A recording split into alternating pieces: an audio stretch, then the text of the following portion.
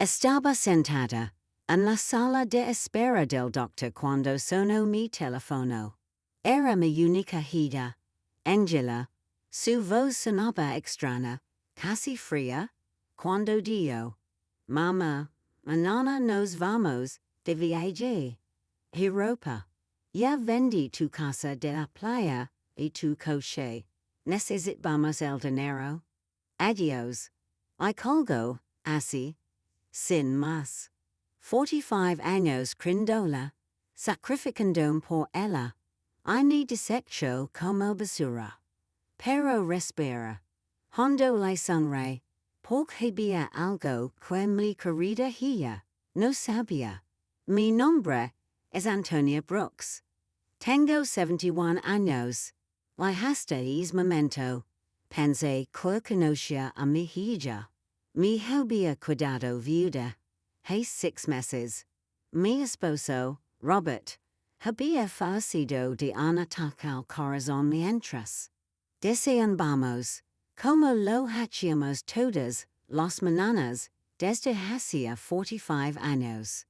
Aquella mañana, él me había servido café con crema y tostadas. Como siempre, me había besado en la frente y dicho: Buenos días, mi amor. Esas fueron sus últimas palabras. Desde entonces, Angela había estado más presente en mi vida, o eso creía yo.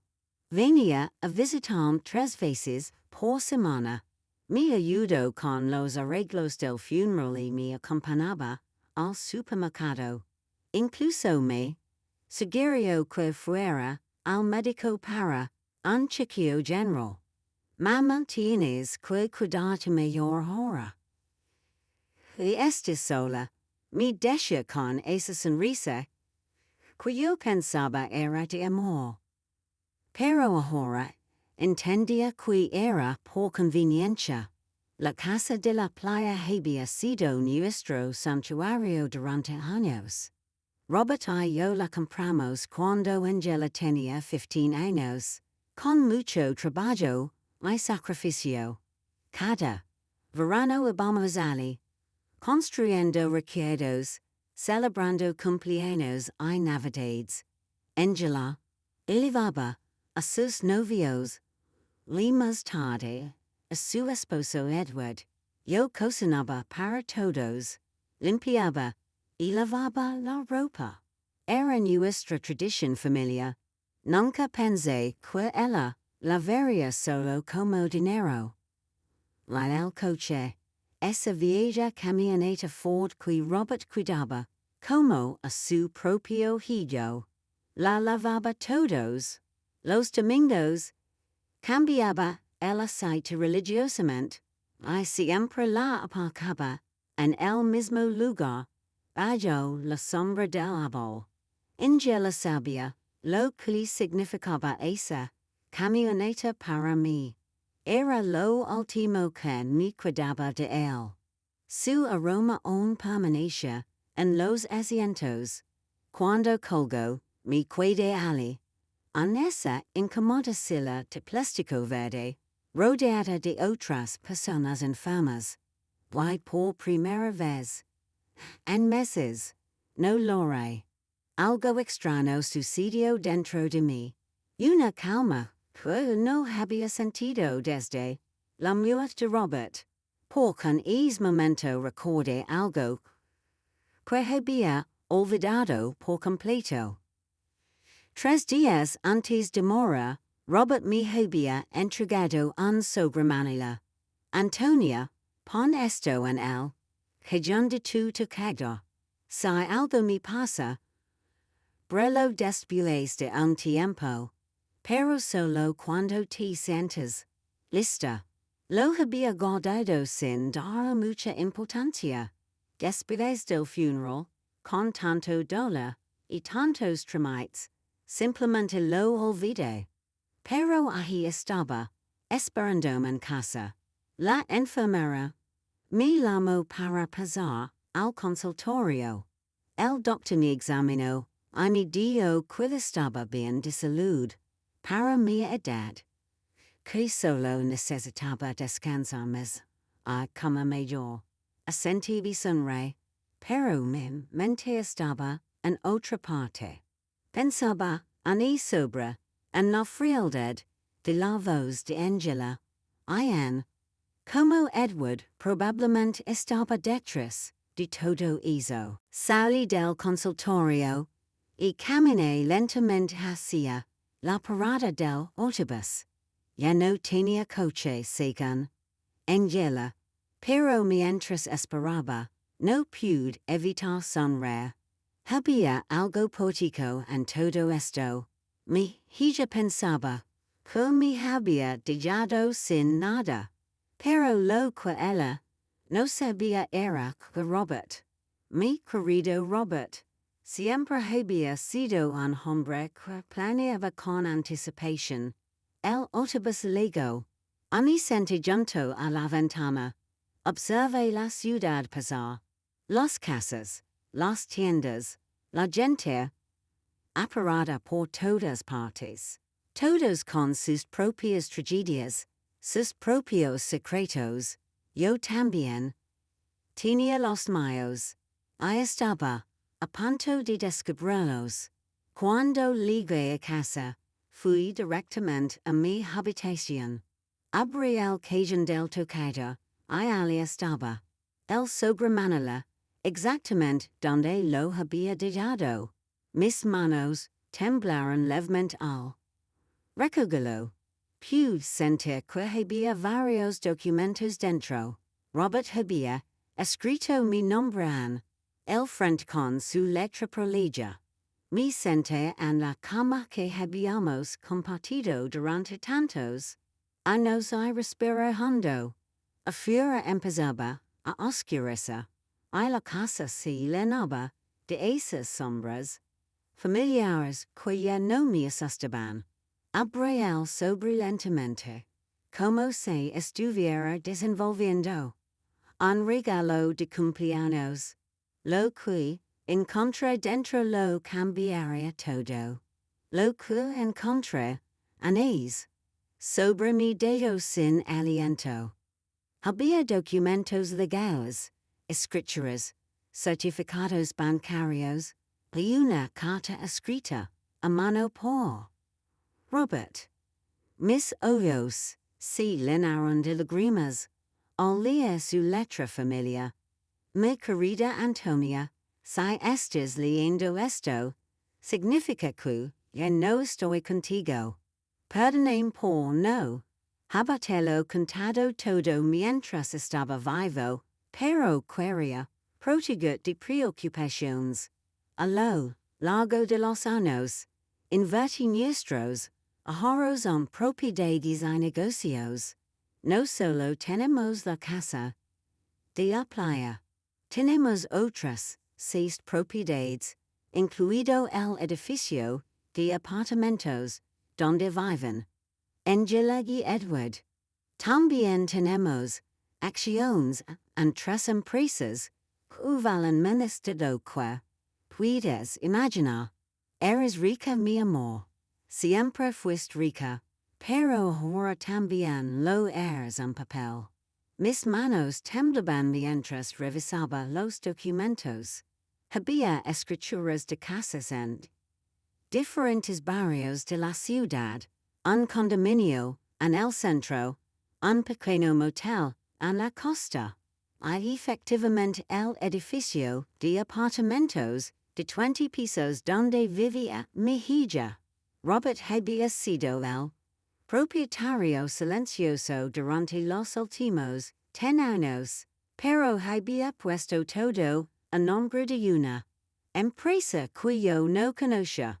Y según los papeles, yo era la única heredera de esa empresa. También había estados de cuenta de bancos con cuentas que nunca supe existían, con cifras que parecían irreales. Robert había sido conductor de autobús durante 40 años, pero aparentemente también había sido un inversionista muy inteligente. Cada centavo que ahorramos cada sacrificio que hicimos, él lo había multiplicado, en silencio, yo nunca supe nada. En la carta, Robert explicaba que había mantenido todo en secreto porque no quería que yo me preocupara por el dinero ni que Angela supiera nuestra verdadera situación financiera. Ya sabes cómo es nuestra hija, Antonia. Si supiera que tenemos tanto dinero, su actitud cambiaría. Quiero que nos aime por quien somos, no por lo que tenemos. Que ironía. Nuestra hija nos había dejado pensando que no teníamos nada cuando en realidad lo teníamos todo. Esa noche no pude dormir. Caminé por la casa, tocando los viejos muebles y los adornos que Angela siempre había criticado por estar pasados de moda. Mira las fotos familiares en la pared, especialmente aquella donde ella tenía 5 años, sentada en el regazo de Robert y riendo. ¿Dónde se había ido esa dulce niña? Cuando se convirtió en alguien tan fría, tan calculadora? A la mañana siguiente temprano, sonó el teléfono. Era Angela otra vez. Su voz sonaba, diferente más suave, pero ya había aprendido a desconfiar de esos cambios de tono. Mam, ¿cómo estás?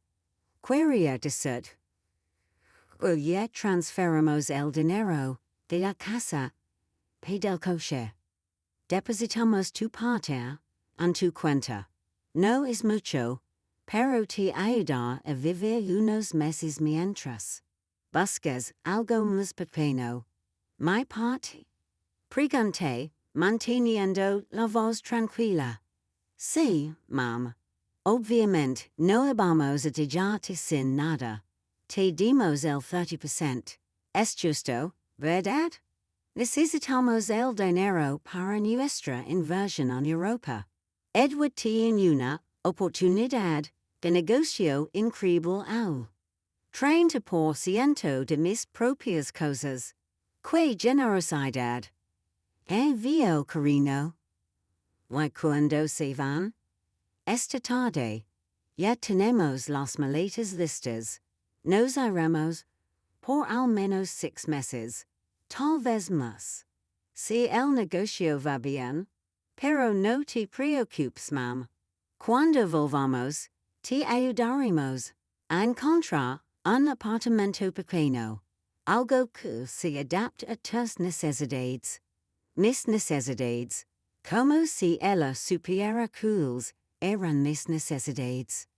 ¿Está bien, Angela, que tengas un buen viaje? Oh, mam. Sabía que lo entenderías. Siempre has sido tan compasiva. Te queremos mucho. Le colgo. Me quedé allí, con el teléfono en la mano. Y por primera vez en meses me rí. Como no lo había hecho desde que Robert murió. La situación era tan absurda que resultaba cómica. Mi hija me había robado. Me había echado de mi propia casa. Me había hablado con una condescendencia insoportable. Y todo para financiar una aventura europea que probablemente sería un desastre. Pero lo que más me dolía no era el dinero. Era la facilidad con la que me había descartado 45 años de mi vida dedicados a ella, de sacrificio de amor incondicional, y había borrado de su vida con una llamada de 2 minutos. Eso fue lo que realmente dolió. Revisé mi cuenta bancaria en línea. Efectivamente, habían depositado una cantidad que probablemente las parecía generosa, pero para mí era una burla. Habían vendido la casa de la playa por mucho menos de lo que valía, seguramente porque necesitaban el dinero rápido. Y habían vendido la camioneta de Robert por una miseria. Esa tarde, desde mi ventana, via Angela y Edward carga sus maletas en un taxi. Él llevaba dos maletas enormes. Ella tenía un bolso de mano. Se veía muy caro. Los observé reír, besos y hacer planes, pareciendo adolescentes emocionados por una aventura. Nunca miraron hacia mi ventana, nunca se despidieron. Cuando el taxi se alejó, me senté en la cocina, con una taza de té y los documentos de Robert, extendidos sobre la mesa. Tenía que tomar algunas decisiones. Podía llamar a un abogado, reclamar mis propiedades y recuperar todo lo que me habían quitado, pero algo me decía que había una mejor forma de manejar esto, una forma más educativa. Llamé al señor Peterson, el abogado que había manejado los asuntos de Robert. Había estado en el funeral, me había dado el pésame, y me había dicho que lo llamara si alguna vez necesitaba algo. Bueno, ahora lo necesitaba. Señora Brooks, me alegra saber de usted. ¿Cómo está? Estoy bien, señor Peterson. Necesito verla con urgencia. Encontré algunos documentos de Robert que no entiendo del todo. Por supuesto, puede venir a mi oficina mañana por la mañana. Estaré allí. Esa noche, por primera vez en meses, dormí profundamente. Soñé con Robert. Estaba sentado en su sillón favorito leyendo el periódico, como todas las mañanas. Y cuando me vio, sonrió y dijo: ya era hora, mi amor. Ya era hora de que te defendieras. Desperté con una sensación extraña. No era exactamente felicidad, pero tampoco la tristeza que había sentido durante tantos meses. Era algo parecido a la determinación. Por primera vez, desde la muerte de Robert, tenía un propósito claro. Iba a recuperar lo que era mío, pero no de la forma que Angela esperaba. A la mañana siguiente, me vestí con más cuidado que de costumbre. Me puse mi vestido calavino, es que Robert siempre dice que me hacía ver elegante. Me arreglé el cabello y me puse un poco de maquillaje. Y cuando me miré en el espejo, vi una mujer que no veía desde hacía mucho tiempo. Vi a una mujer fuerte. La oficina del señor Peterson estaba en el centro. Era un edificio antiguo pero elegante, con pisos de mármol y grandes ventanales. Me recibió con una sonrisa cálida, pero cuando le mostré los documentos, su expresión cambió por completo. Señora Brooks, esto es mucho más de lo que le imaginaba. Robert era un hombre muy inteligente. Maya, según estos papeles, usted es la propietaria de. Lo sé, señor Peterson. Ya los revisé. Lo que necesito saber es que puedo hacer legalmente. El señor Peterson me explicó que todo estaba en orden, que los documentos eran legítimos. Yo era la legítima propietaria de todas esas propiedades. También confirmó algo que ya sospechaba. La venta de la casa de la playa era ilegal porque Angela no tenía derecho a venderla. Podemos recuperar la casa de inmediato, señora Brooks, y también podemos proceder legalmente contra su hija por fraud. No, señor Peterson. No quiero proceder legalmente. Quiero hacerlo de otra manera. Quiero que todo permanezca en secreto por ahora. ¿Puede ayudarme? Él me miró con curiosidad, pero asintió. Por supuesto, usted es mi clienta. ¿Qué necesita? Necesito que recupere discretamente la casa de la playa. Haga lo necesario para anular esa venta fraudulenta. Y necesito que me ayude a obtener el control real de todas mis propiedades, especialmente del edificio donde vive mi hija. Entiendo. Será un proceso que tomará algunas semanas, pero es completamente factible. Perfecto. Ay, señor Peterson, necesito que nadie sepa. Estoy detrás de todo esto, al menos por ahora. Cuando salí de su oficina, sentí como si hubiera despertado de un sueño muy largo.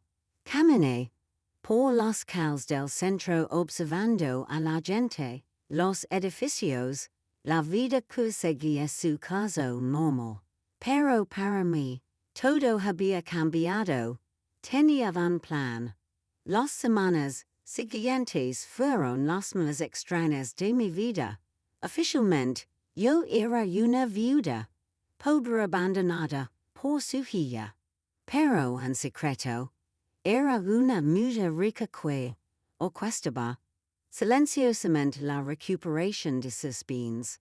El señor Peterson trabajaba con eficiencia, y cada pocos días me llamaba con actualizaciones sobre el progreso de los trámites legales.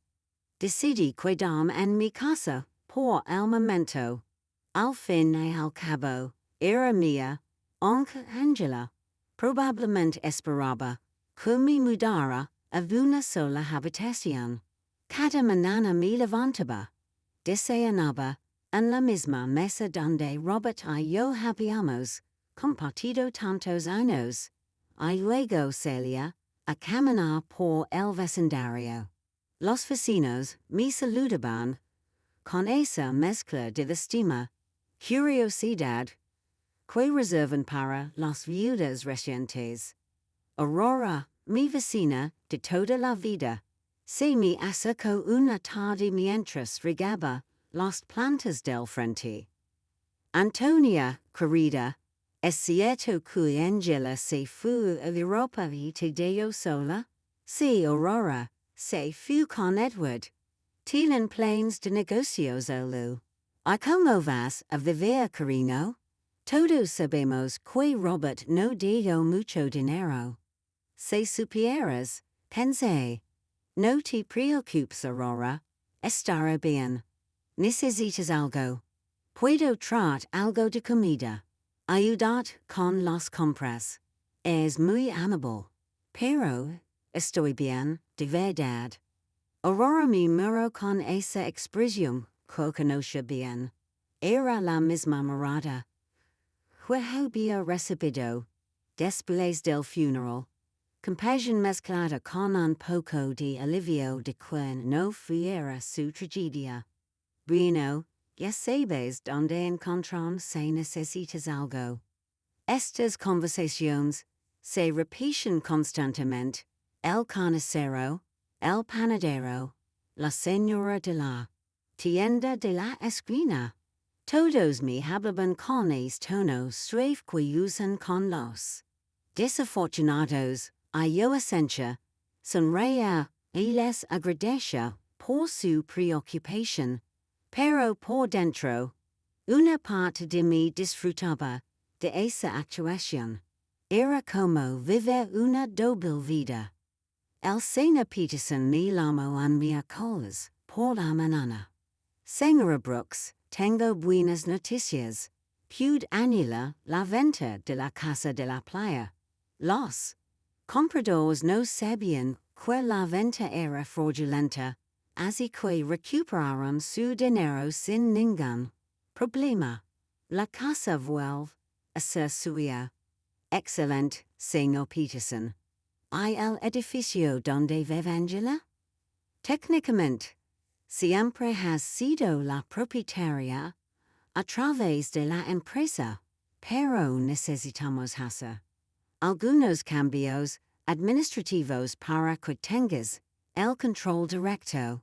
Eso toma unas 2 semanas más. Perfecto, mantén informada. Después de colgar, me senté en la cocina con mi café y pensé en Angela. Llevaba 3 semanas en Europa y no había sabido nada de ella, ni una llamada, ni un mensaje, ni siquiera una postal. Para ella, yo había dejado de existir en el momento en que obtuvo el dinero que necesitaba. Pero sabía que eso iba a cambiar pronto. Decidí visitar la casa de la playa. Tomé el autobús hacia la costa, el mismo recorrido que Robert y yo habíamos hecho cientos de veces. La casa estaba exactamente como la recordaba, pequeña, pintada de color crema, con un porche que daba al mar los nuevos dueños habían puesto algunas mesitas en los escalones, pero por lo demás, todo era igual. Me senté en la acera frente a la casa y la observé durante una hora. Recordé aquellas tardes de verano cuando Angela era niña, corriendo por la playa y construyendo castillos de arena. Robert asando pescado en la parrilla mientras yo preparaba ensaladas en la cocina.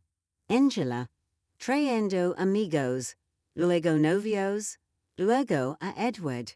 Todos esos momentos felices, que ella había reducido a una simple transacción comercial. Un hombre me salió de la casa y me vio sentada allí. Se acercó con curiosidad. ¿Se encuentra bien, señora? Sí, gracias. Solo estoy recordando. Conocía a los antiguos dueños. Ah, sí. Qué pena lo que pasó. Nos dijeron que la anciana estaba muy enferma y necesitaba vender rápido. Pensamos que era una ganga, pero resultó que la venta no era legal. Tuvimos que devolver a casa. ¿Los conocía personalmente? No. Hicimos todo a través de intermediarios, pero nos dijeron que la hija se encargaba de todo porque la madre no podía. Qué situación tan triste. Si supieras con triste fue, en realidad, pensé. Bueno, me alegra que no perdieran su dinero. Sí, por suerte todo se resolvió bien. Aunque ahora tenemos que buscar otra casa. Esta nos gustaba mucho. Me fui de allí con el corazón pesado. No era solo el dinero lo que dolía.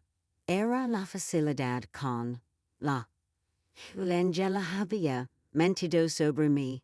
Había inventado una historia sobre mi enfermedad, usando mi supuesta vulnerabilidad para justificar sus actos.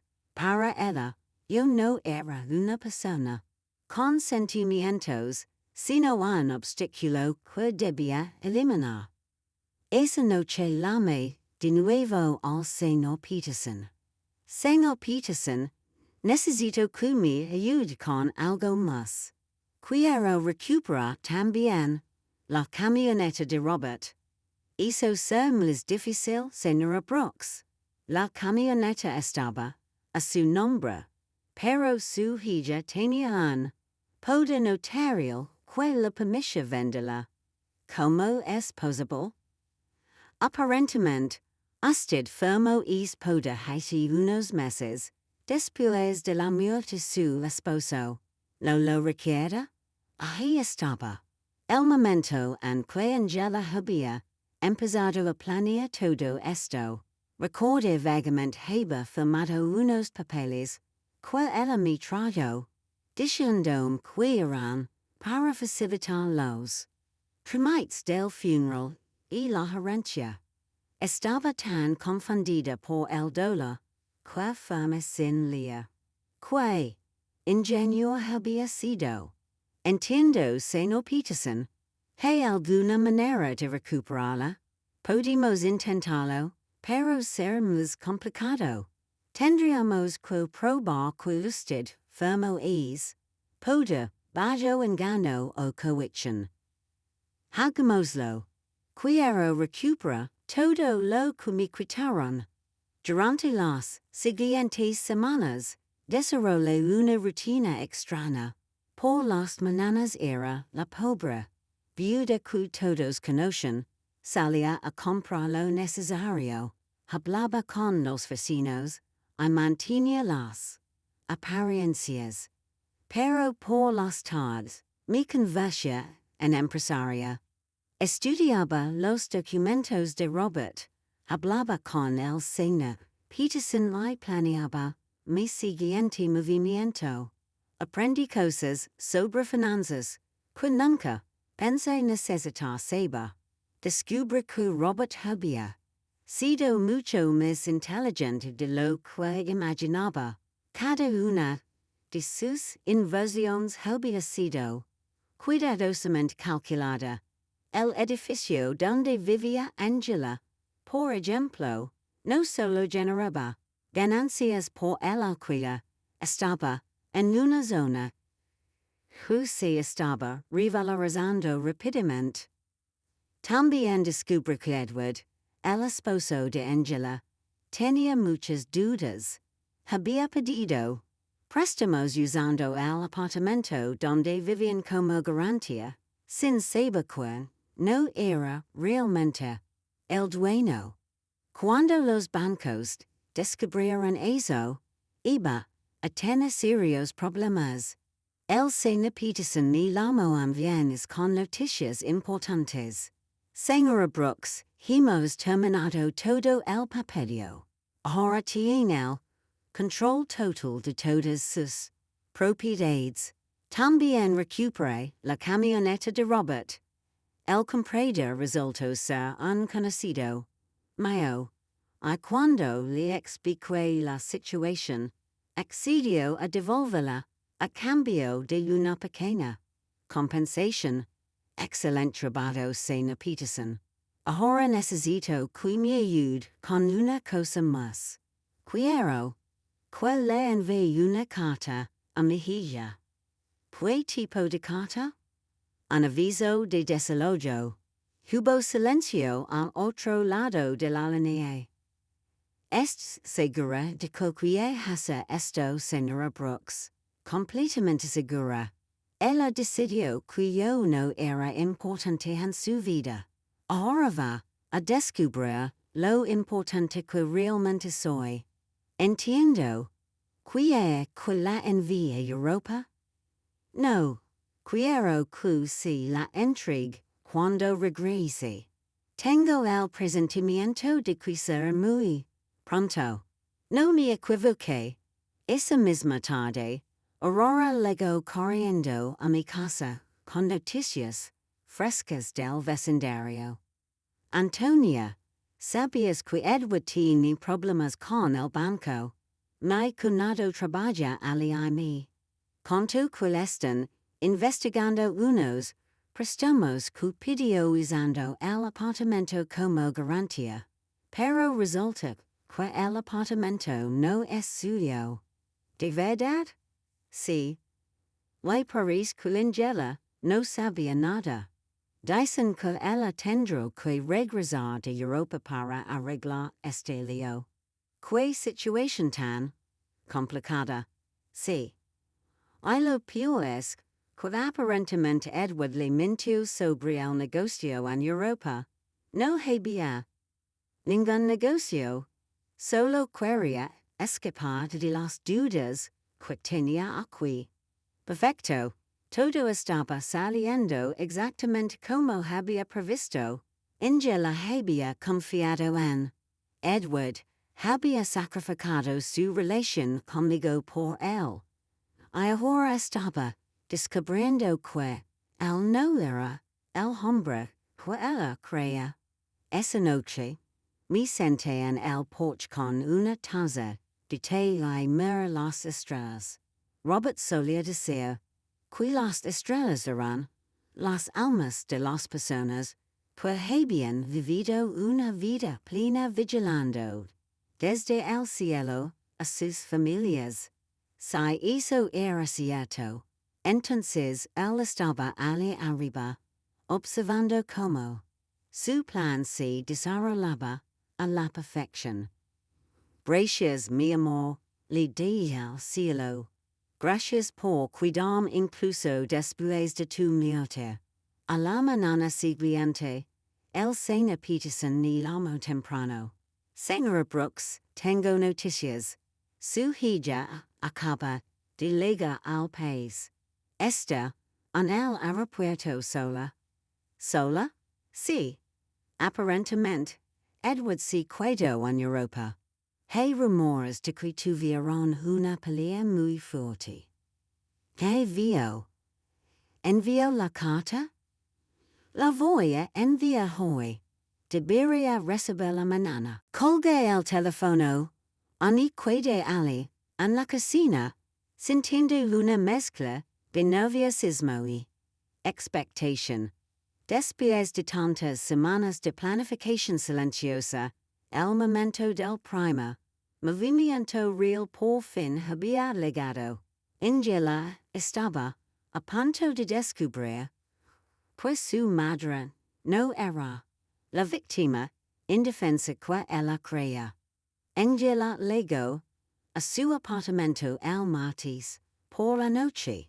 Sup esto porque Aurora parecía tener informantes por todo el vecindario. Vino a decírmelo al día siguiente.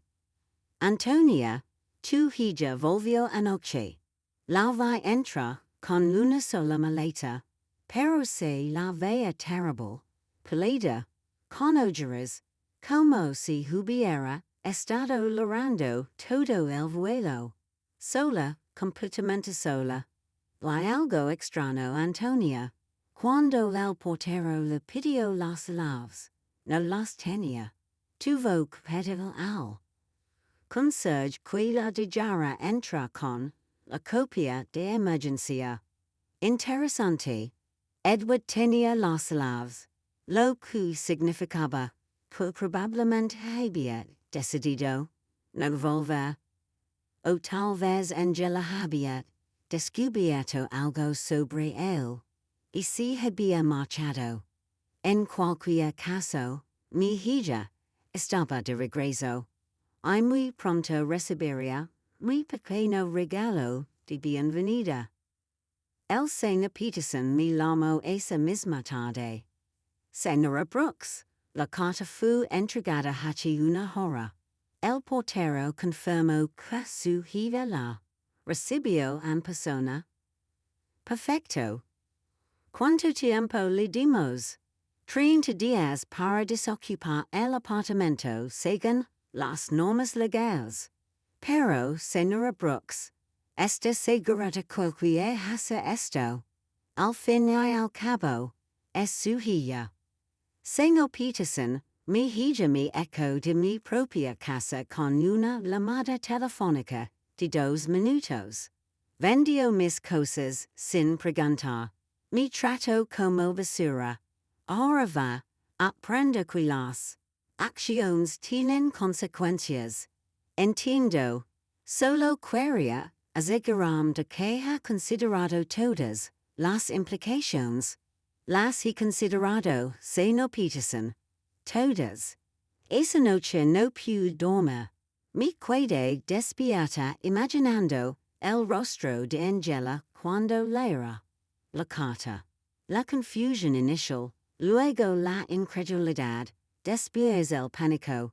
Probablemente pensaría. Hui era anera, hu alguien intentaba estafarla. Pero cuando la mara para verificar, descubriría que todo era completamente legal. Al día siguiente, como si hubiera estado esperando mi llamada, el teléfono sonó a las 8:00 de la mañana. Era Angela, y su voz sonaba desesperada. Mam, necesito hablar contigo con urgencia. Buenos días, cariño. ¿Cómo estuvo Europa? Mam, no tengo tiempo para eso ahora. Recibí una carta muy extraña ayer.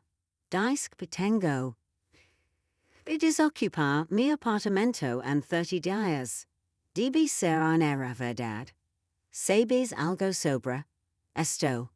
Un aviso de desalojo. Que extraño. ¿De quién? De una compañía que nunca había oído nombrar. Se llama Espera, de James encontró la carta. Robert Investments Incorporated. ¿Conoces esta compañía? Robert había usado su propio nombre para la compañía. ¿Qué portico? No, cariño. Nunca he oído ese nombre. ¿Estás segura de que la carta es legítima? Eso quiero averiguar. Mamá, necesito que me ayudes. No sé qué hacer. Edward me dado en Europa. Se fugó con otra mujer y ahora vuelvo a esto. No entiendo lo que estoy pasando. Ahí estaba la confirmación. Edward la había abandonado. Probablemente cuando se acabó el dinero o cuando se dio cuenta de que los problemas legales en casa eran más serios de lo que pensaba. Pobre Angela. Había sacrificado a su familia por un hombre sin valor. Lo siento mucho, cariño. ¿Dónde estás ahora? Estoy en el apartamento, pero no sé por cuánto tiempo. Mamá, ¿puedo ir a verte? Necesito hablar con alguien. No tengo a nadie más. La ironía era perfecta. Ahora, si había cuidado sin el hombre por quien me había abandonado, recordaba que tenía una madre. Por supuesto, cariño. Ven cuando quieras. Te espero. Colgué el teléfono. A mi madre en el espejo. Tenía que estar perfecta para esta actuación. Me? Hughes mi vestido gris más conservador. Recogí el cabello en un mono sencillo y practiqué mi expresión de madre preocupada pero resignada. Cuando Angela llegara, vería exactamente lo que esperaba ver, una viuda pobre y vulnerable abandonada por su propia hija. Angela llegó una hora después. Cuando abrí la puerta, me sorprendió lo mal que lucía. Había pedido peso, tenía profundas ojeras, y su ropa cara se veía arrugada y desarreglada. Sus ojos estaban enrojecidos por el llanto. Mam, dijo, y por un momento pensé que me iba a abrazar, pero se detuvo como si de repente recordara cómo habían terminado las cosas entre nosotras. Entra, cariño. ¿Quieres un poco de café? Sí, por favor.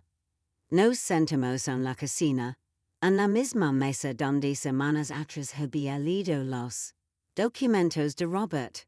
Angela se veía pequeña en esa silla, perdida, como cuando era niña. Lily comenzó a contar sus problemas. Mam, siento mucho la forma en que me fui. Sé que no te trate bien. Eso ya es pasado, cariño. No, no lo es. Te traten mal. Die cosas horribles, I ahora, su voz si quebro, ahora, no tengo a nadie. Que paso con Edward? Si fu con una camarera de hotel de 25 años en Paris. Resulta que nunca hubo ningún negocio en Europa. Todo fue una mentira. Solo quería escapar de sus deudas aquí y usar el dinero de la venta de tu casa para financiar su aventura. Todas las deudas? Sí, mam. Muchas deudas. Parece que había estado pidiendo préstamos durante años, usando el apartamento donde vivíamos como garantía. Pero ahora descubro que él no era el propietario del apartamento. ¿Cómo es posible? Ahí estaba mi oportunidad. No lo sé, cariño. Los asuntos de propiedad son muy complicados. El problema es que ahora los bancos me están persiguiendo por sus deudas. Dicen que, como estábamos casados, yo también soy responsable. Además este aviso de desalojo. Mamá, no sé qué hacer. No tengo dinero. No tengo trabajo. No tengo donde vivir. Ella comenzó allora. Lágrimas reales de desesperación genuina. Y por un momento, mi corazón de madre se enterneció. Quería abrazarla, consolarla, decir, todo estaría bien. Pero entonces recordé la frialdad de su voz cuando me llamó desde el consultorio del médico. La facilidad con que me había descartado. La manera en que me habló como si yo fuera una carga. ¿Hablaste con un abogado sobre la carta? No tengo dinero para un abogado, mamá. Gastamos todo en Europa. Edward se lo. Poco que quedaba cuando se fugó con esa mujer. ¿Y entonces qué vas a hacer? No lo sé. Pensé que tal vez podría quedarme contigo un tiempo, solo hasta encontrar trabajo y encontrar un lugar pequeño donde vivir. Ahí estaba la pregunta que había estado esperando. Después de echarme de mi propia casa, de vender mis cosas, de tratarme como basura, ahora quería que la rescatara. Quería que la viuda pobre que ella misma había criado la salvara de las consecuencias de sus propios actos. Claro, cariño, esta siempre será tu casa. Angela me miró con sorpresa, como si no esperara que fuera tan fácil. En serio, mamá, después de todo lo que pasó. Es mi hija, Angela. Eso nunca cambiará. Se levantó y esta vez me abrazó. Fue un abrazo desesperado de alguien. Use esta. Ahogando y se aferra a lo único que puede encontrar. La abrace también, pero ya no con él. Amor incondicional de antes. Ahora había calculo en mi abrazo. Estrategia. Gracias, mam. Prometo que pronto conseguiré un trabajo. No quiero ser una carga. No te preocupes por eso ahora. Descansa, recuperate. Y luego veremos cuáles son tus opciones. Angela salió esa tarde para recoger algunas cosas de su apartamento. Me quedé en la cocina, pensando en lo fácil que había sido. Había venido a mí exactamente como lo había planeado, rota, desesperada, sin opciones y, lo mejor de todo, sin sospechar nada. Para ella, yo seguía siendo la pobre madre abandonada, que necesitaba su compasión. pero esto era solo la primera parte de mi plan. Hacerlo vivir conmigo me daría la oportunidad perfecta para la siguiente fase. Iba a dejar que se instalara, que se sintiera segura y creyera que había encontrado un refugio en mi casa. Y luego, cuando menos lo esperara, iba a enseñar la diferencia entre ser pobre por elección y ser pobre por consecuencia. Esa noche llamé al Señor Peterson. Señor Peterson, necesito que haga algo más por mí. Dígame, Señora Brooks. Quiero que investigue las dudas de Edward. Quiero saber exactamente cuánto debe, a quién, y qué opciones legales tengo para separarlo de mi hija. Eso toma tiempo, pero es factible. Perfecto. Y Señor Peterson, quiero que mantenga esto en absoluto secreto. Nadie puede saber que estoy detrás de esta investigación. Por supuesto, Señora Brooks. Puedo preguntar cuál es su plan final. Mi plan, Señor Peterson, es muy sencillo. Voy a salvar a mi hija. Pero antes tiene que entender lo que realmente significa tocar fondo.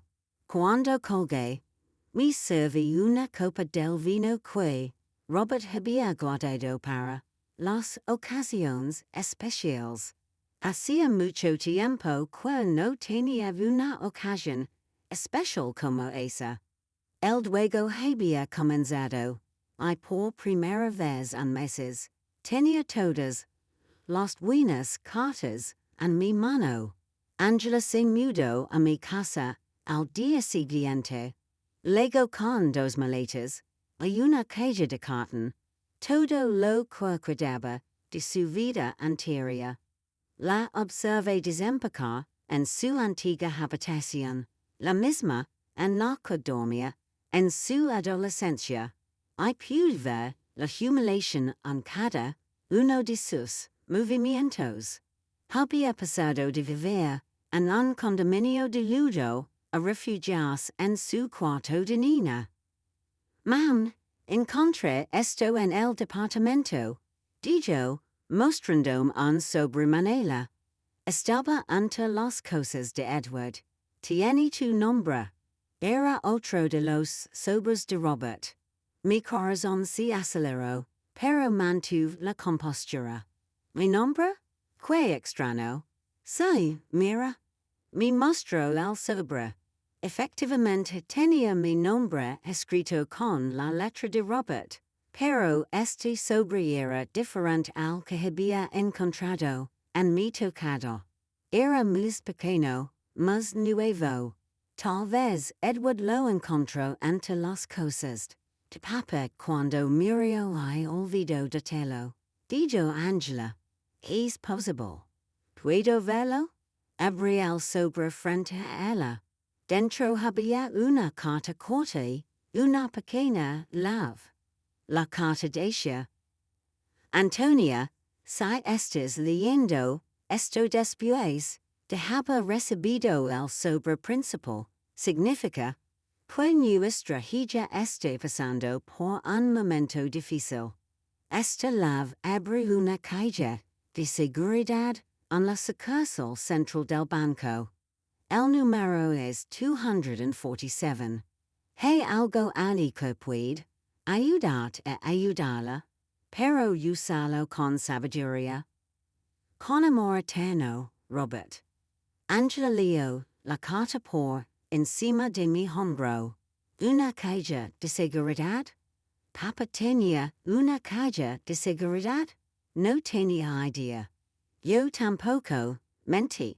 Tu padre nunca me habló de eso. ¿Crees que deberíamos ir a ver qué hay dentro? No lo sé, Hija. Tal vez si me deja las cosas como están. Pero mamá, tal vez haya algo importante allí. Documentos o, no sé. algo valioso que pueda ayudarnos. La desesperación en su voz era palpable. Angela se aferraba a cualquier posibilidad de salir de su situación. Yo iba a dejar que se aferrara un poco más antes de mostrar la realidad completa. De acuerdo, tras una pausa calculada, podemos ir mañana. Esa noche, Angela y yo cenamos juntas por primera vez en meses. Ella cocinó, intentando ser útil, pero la comida sabía a culpa y desesperación.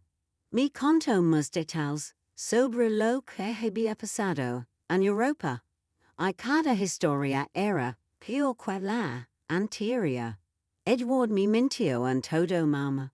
No solo con el negocio, también con las dudas.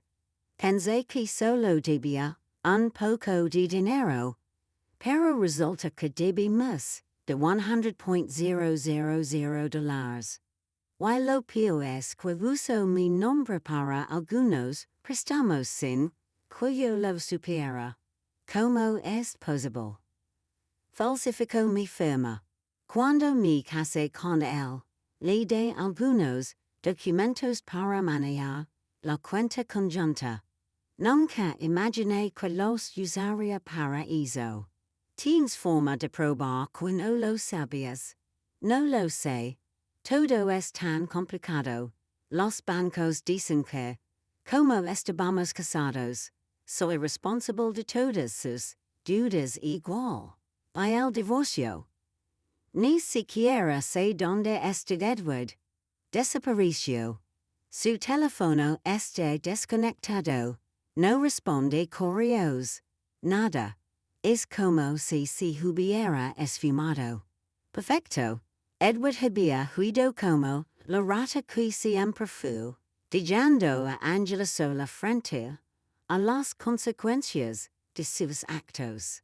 En cierto modo, me había hecho un favor. Ahora mi hija experimentaba exactamente lo que yo sentí cuando él me abandonó. La traición de alguien en quien había confiado por completo. Lo siento tanto, Hija. No sabía que las cosas estaban tan mal. Yo tampoco, mam.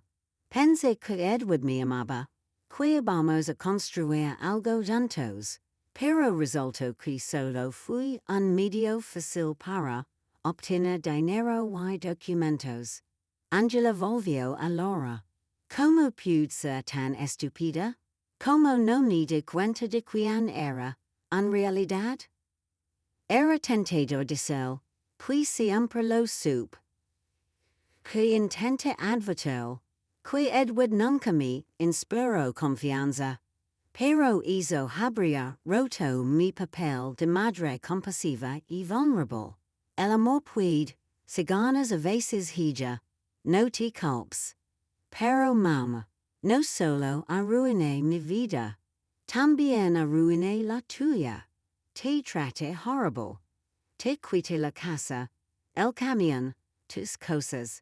Todo, solo para decirlo a un hombre que me abandonó a la primera oportunidad.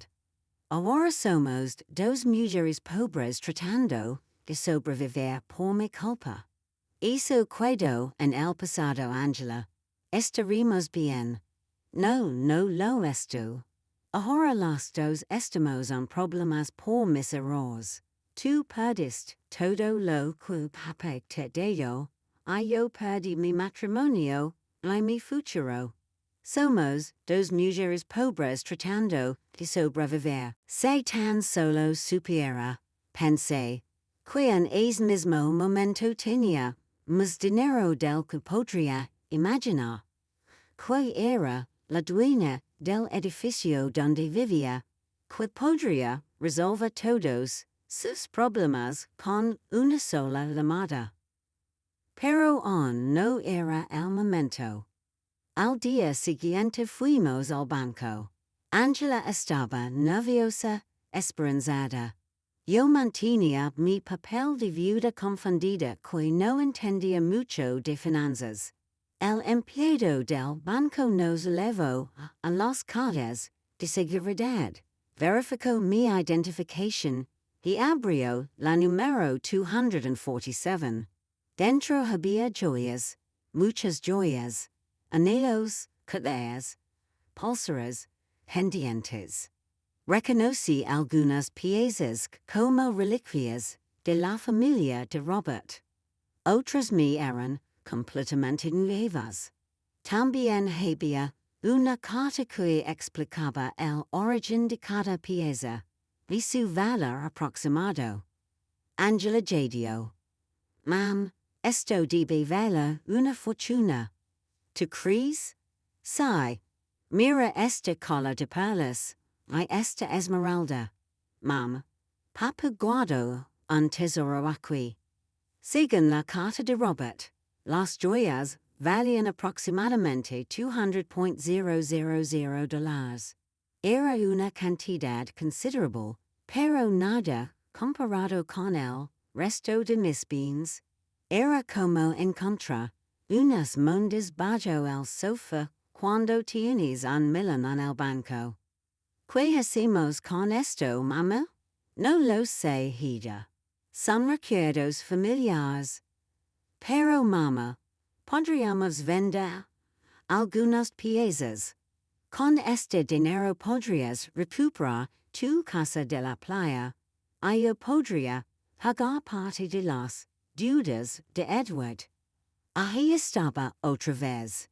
Incluso al encontrar algo valioso, la primera reacción de Angela era pensar en cómo usarlo para resolver los problemas que Edward había creado.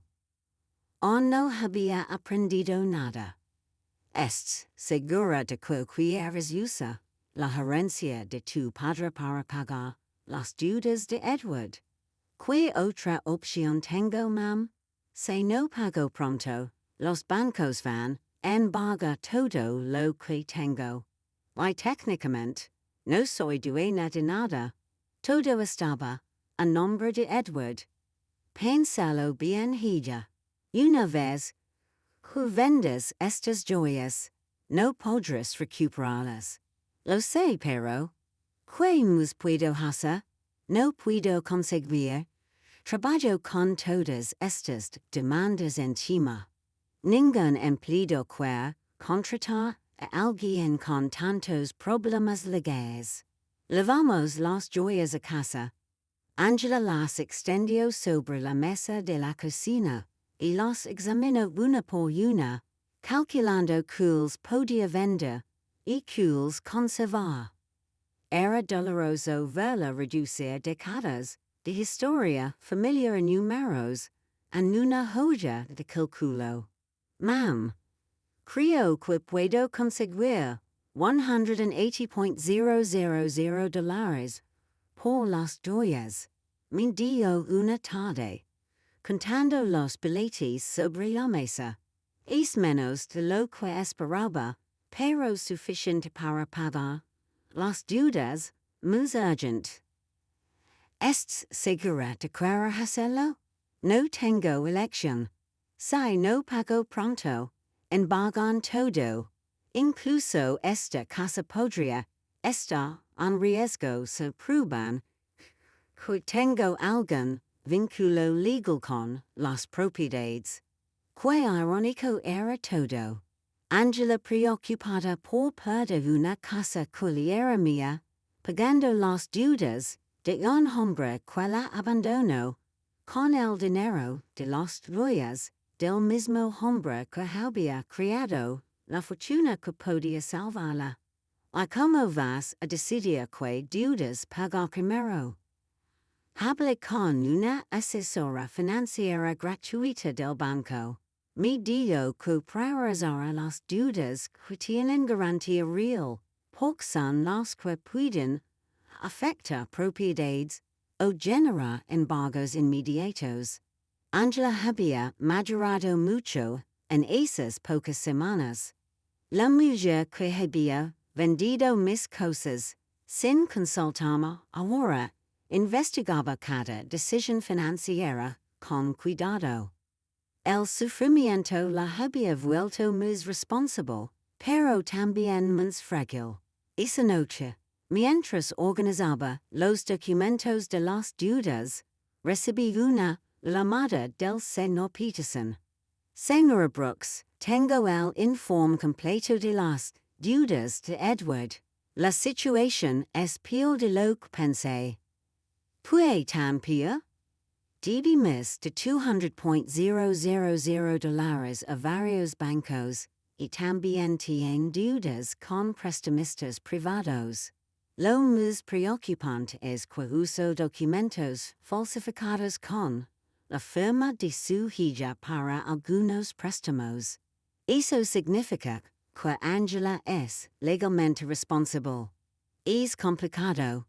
Si podemos probar que no sabía nada, tal vez logremos liberarla de algunas de las deudas.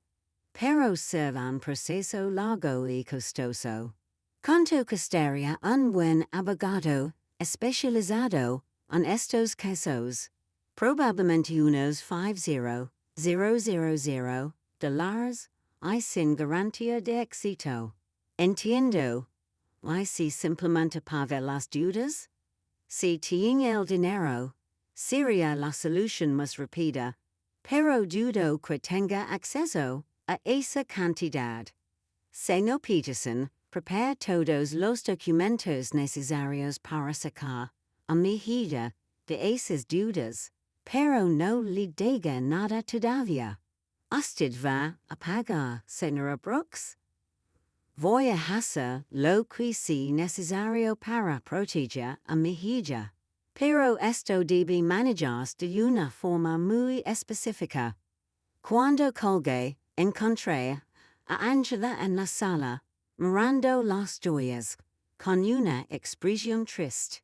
Parecía perdida, como una niña que rompió su juguete favorito, y no sabía cómo arreglarlo.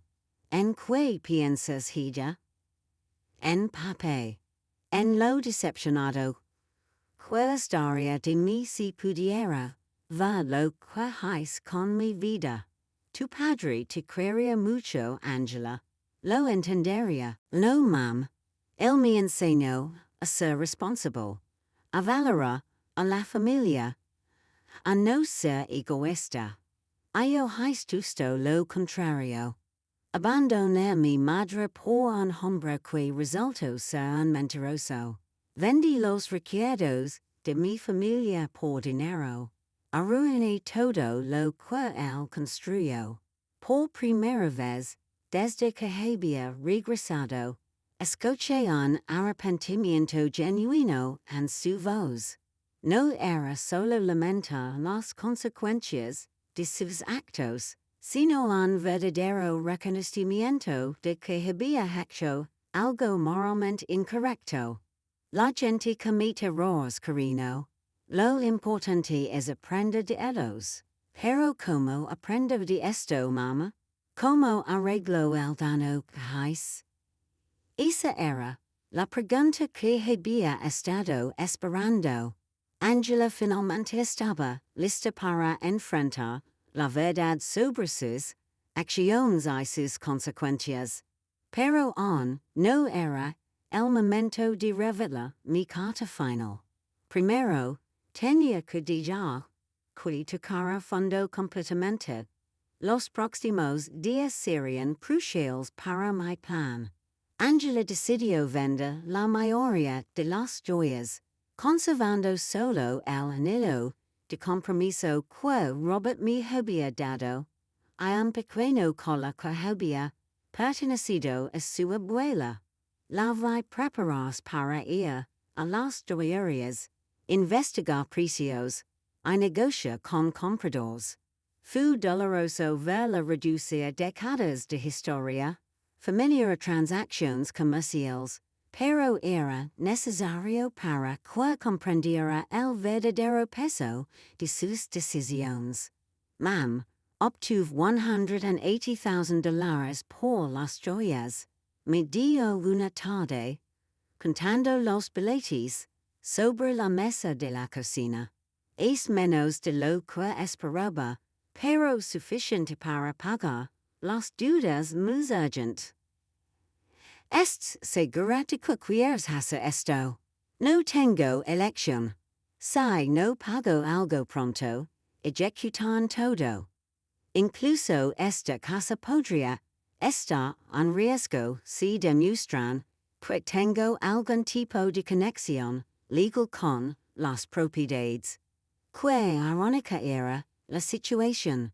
Angela estaba preocupada por perder una casa que me pertenece, pagando las deudas de un hombre que la había abandonado, con dinero de joyas que habían pertenecido al mismo hombre que había creado la fortuna que podría salvarla.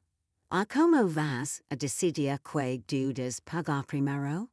Hablé con una asesora financiera gratuita del banco. Me dio que priorizara las deudas que tienen garantía real, porque son las que pueden afectar propiedades o provocar una ejecución inmediata. Angela había madurado tanto en esas pocas semanas. La mujer que había vendido mis cosas, sin consultar mejor, investigaba cuidadosamente cada decisión financiera. El sufrimiento la había vuelto más responsable, pero también más frágil. Esa noche, mientras organizaba los documentos de las deudas sobre la mesa, recibí una llamada del señor Peterson. Brooks, tengo noticias importantes. Logramos localizar a Edward. ¿Dónde está? En Paris, justo como su hija sospechaba. Pero aquí viene lo interesante. Estoy tratando de obtener la residencia francesa mediante un matrimonio falso con la joven que su hija mencionó. Un matrimonio falso. Sí. Al parecer, la chica necesita papeles y él necesita una forma de quedarse en Europa sin ser deportado. Pero lo más importante es que encontramos pruebas de que falsificó deliberadamente los documentos de su hija con la intención de huir del país. Eso significa que Angela puede librarse de las deudas. Con esta evidencia podemos probar fraud y coacción. Su hija no tendrá que pagar nada de lo que Edward hizo a sus espaldas. Era perfecto. Tenía una forma de salvar a Angela de todas sus deudas legalmente, sin que sospechara que yo tenía el dinero para hacerlo. Señor Peterson, quiero que inicie el proceso legal de inmediato. No le diga nada a mi hija todavía. Quiero que el proceso esté completamente terminado antes de contar. No quiero dar falsas esperanzas. Entendido. Esto tomar unas 3 semanas. Quizá un mes. Perfecto. Cuando colgué, Angela me miró con curiosidad. ¿Quién era, mamá? Una señora que preguntaba por la Sra. Davis, nuestra vecina de la esquina. Se equivocó de número. Mente se había vuelto fácil. Cada día que pasaba me sentía más cómoda con esta doble vida que llevaba. Por un lado, era la madre pobre y abandonada, que Angela creía que era. Por el otro, era una mujer rica, orquestando en silencio la salvación y educación de su hija. Durante las siguientes 2 semanas, observé a Angela luchar con decisiones que nunca había tenido que tomar. Cómo estará el dinero para la comida, cómo negociar con acreedores, cómo buscar trabajo cuando tu historial crediticio esté arruinado. Era una educación cruel pero necesaria. Mam, fui a tres entrevistas de trabajo hoy. Rindió una noche, al a casa con los pies hinchados, y la cara cansada. En 2000 dijeron que no pueden contratar por los problemas legales pendientes. En la tercera me ofrecieron un trabajo de medio tiempo limpiando oficinas por la noche. ¿Vas a aceptarlo? No tengo elección. Pagan muy poco, pero es mejor que nada. Y puedo trabajar de noche para seguir buscando algo mejor durante el día. Ver a mi hija, que había vivido una vida cómoda por más de 40 años, prepararse para limpiar oficinas de noche, me rompió el corazón. Pero también me llenó de orgullo. Finalmente estaba enfrentando la realidad, sin esperar que alguien más resolviera sus problemas. ¿Estás segura de que puedes soportar tanto trabajo físico? Tendré que aprender. No puedo seguir siendo una carga para ti, mamá. Ya es bastante con que me dejes vivir aquí gratis. Esta es tu casa, Angela. No, mam. Esta es tu casa. Y estoy aquí por tu generosidad, pero no voy a aprovechar de eso para siempre. Una noche, mientras Angela estaba en su prima turno de limpieza, Aurora vino a visitarme. Se sentó conmigo en la cocina, bebiendo té y mirando las fotos familiares en las paredes. Antonia, tengo que preguntar algo. ¿Sabías que Angela iba a volver en estas condiciones? ¿A qué te refieres? Bueno, cuando se fue, parecía tan segura de sí misma, tan arrogante. Hablaba de la gran vida. Iba a tener en Europa de lo exitoso que era Edward. Y ahora vuelve completamente rota, trabajando limpiando, viviendo contigo otra vez. La vida da muchas vueltas, Aurora. Sí, pero hay algo más. He estado observando a Angela estos días, y se ve diferente. No solo triste, sino humilde. Como si hubiera aprendido algo importante. Aurora siempre había sido muy perceptiva. ¿Crees que aprendió? Creo que aprendió el valor de las cosas que doba por sentadas, como tener una madre que la ama incondicionalmente. Quiz, Aurora, ¿puedo decir algo? Cuando Angela se fue y te trató tan mal, muchos pensamos que nunca la perdonarías. Pero aquí estás, cuidándola otra vez, dándola un hogar cuando no tiene a donde ir. Es mi hija, Aurora. Sí, pero no todas las madres harían lo que tú estás haciendo, especialmente después de cómo te trato.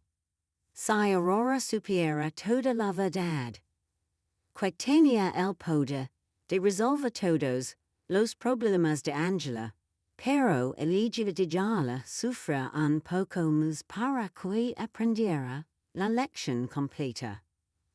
¿Crees que estoy haciendo lo correcto? Creo que estás haciendo lo que haría una buena madre, pero también creo que Angela necesita entender completamente lo que perdió cuando te abandonó. ¿Qué quieres decir? Creo que necesita valorar no solo como la madre que la rescata cuando está en problemas, sino como la mujer fuerte que construyó una vida estable durante 45 años. Necesita respetar, no solo necesitar. Aurora había dado en el clavo. Ese era exactamente el punto de todo mi plan. No quería por Angela regresara a mi por desesperación, sino por respeto genuino y amor maduro. A como crees que puede pasar eso. Creo que ya estoy pasando. La he visto estos días, Antonia. La forma en que te habla ahora es completamente diferente. Ya no es la hija que te ordena o te trata como una carga. Ahora es una mujer adulta, genuinamente agradecida de tener una madre como tú. Esa noche, cuando Angela regresó de su trabajo, la vi lega cansada, pero con una nueva dignidad. Había ganado esos pocos dólares con su propio esfuerzo, y eso significaba algo para ella. ¿Cómo fue tu primer día? Difícil pero no tan malo como pensé. Los otros semanas que trabajan allí me ayudaron mucho. Una de ellas, Lastra, Johnson me enseñó trucos para limpiar más eficientemente. Lastra, Johnson, sí. Tiene 60 años y lleva 20 limpiando oficinas. Me contó que empezó después de que su marido la dejara con 3 hijos pequeños. Dice que no es el trabajo que sono, pero que le dio independencia y dignidad. Parece una mujer sabia. Lo es. Me dio algo que me hizo pensar mucho. Dio que hay dos tipos de personas que terminan haciendo este trabajo. Los que están aquí porque nunca tuvieron oportunidades y los que están aquí porque arruinaron las oportunidades que sí tuvieron. Me pregunto de cuál grupo era yo. ¿A qué le dijiste? Le dije la verdad. Que tuve todas las oportunidades del mundo, una familia que me amaba, un hogar estable, una herencia, y que arruiné todo por seguir a un hombre sin valor. ¿A qué te digo? Si río y me digo, bueno cariño, al menos sabes exactamente por qué estás aquí. Eso te pone un paso adelante de la mayoría. Angela se sirvió un vaso de agua y se sentó conmigo en la mesa. Mam, quiero que sepas algo. Estas últimas semanas han sido las más difíciles de mi vida, pero también las más importantes. ¿Por qué? Porque finalmente entiendo lo que realmente importa. No es el dinero. No es vivir en el apartamento más lujoso. No es impresionar a la gente. Es tener personas que realmente te aman, que están allí cuando todo se derrumba. Angela, James termina. Tienes todo el derecho de odiar por lo que te hice. Te abandoné cuando menos me necesitabas. Me llevé todo lo que papá te dio. Te traté como si fueras una molestia. Y ahora estoy aquí, de nuevo esperando que me perdones y quites. Te perdoné, cariño. Pero yo no me he perdonado a mí misma. Y no lo haré hasta demostrar que realmente he cambiado. He aprendido de mis errores. El Sena Peterson me llamó a la mañana siguiente. Brooks, tengo excelentes noticias. El proceso legal está casi completo. Podemos liberar a su hija de todas las deudas de Edward. Era el momento. Después de semanas viendo a Angela luchar, trabajar y reflexionar sobre sus errores, finalmente había llegado el instante de mostrar que nunca había estado sola, que siempre tuvo a alguien velando por ella en silencio. Señor Peterson, quiero que organice una reunión. Es hora de que mi hija conozca toda la verdad. El Sena Peterson organizó la reunión para el viernes por la mañana en su oficina.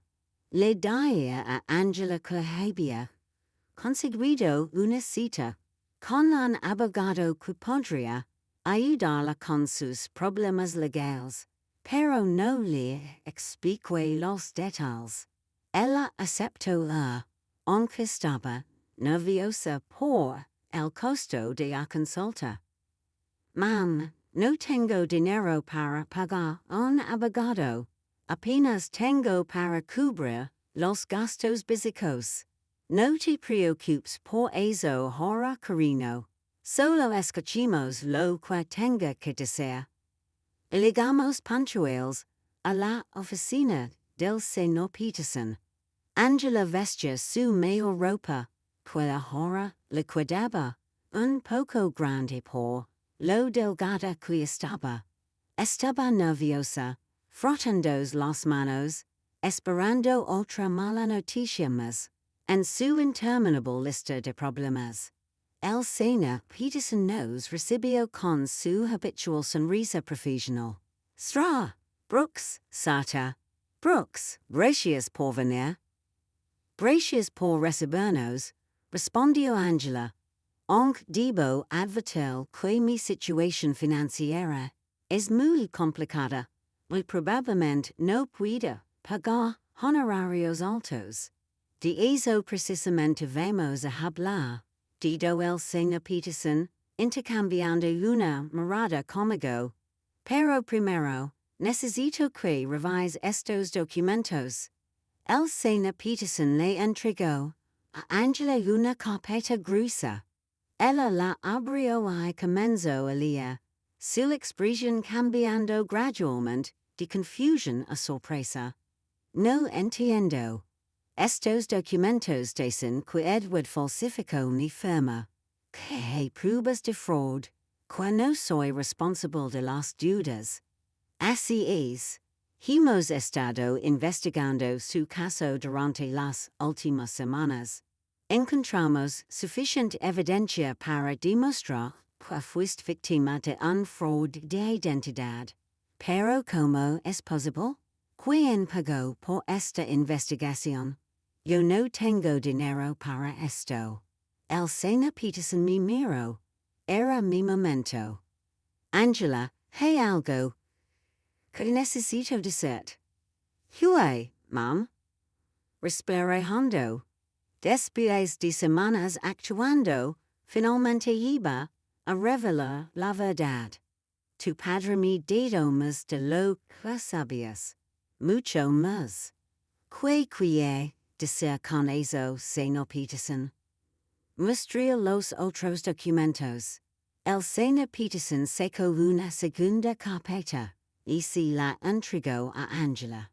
Esta vez, los documentos eran las escrituras de propiedad, los estados de cuenta bancarios, los certificados de inversión, toda la fortuna que Robert había construido en secreto.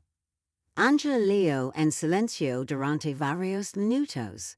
Su rostro pasó por una gama completa de emociones: confusión, incredulidad, shock y finalmente comprensión. Mam, aquí dice que tú eras la dueña del edificio donde yo vivía. Sí. ¿Y que tienes otras propiedades, cuentas bancarias, inversiones? Sí. Esto significa que cuando vendí la casa de la playa, era tuya y la venta fue fraudulenta. Ya la recuperé. Angela miró los papeles tratando de procesar la información. ¿Desde cuándo sabías esto? Desde el día que me llamaste, desde el consultorio del doctor. ¿Sabías todo esto cuando volví de Europa pidiéndote ayuda? Sí. ¿Sabías que podías resolver todos mis problemas cuando me viste llorar cada noche? Sí. Hubo un largo y tenso silencio. Angela cerró las carpetas y me miró directamente en los ojos. Porque, mam? Porque me dejaste sufrir cuando podías haberme ayudado. Esa era la pregunta que había estado esperando durante semanas. Porque necesitabas aprender algo que no podías aprender de otra manera. Hue, necesitabas aprender el valor de las cosas que habías pedido, el valor de la familia, del respeto, de la responsabilidad. Cuando me abandonaste, no solo me quitaste dinero, me quitaste la dignidad, el amor, la confianza. Angela comenzó allora, pero no eran lágrimas de autocompasión como las de semanas anteriores. Eran lágrimas de comprensión profunda. Te abandoné cuando más me necesitabas. Sí, te traté como basura. Sí. Aún así me salvaste. Sí, pero no de la forma que esperabas. No te salvé dándote dinero para que siguieras cometiendo los mismos errores.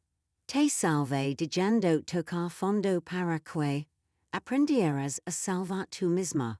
El Señor Peterson intervino discretamente.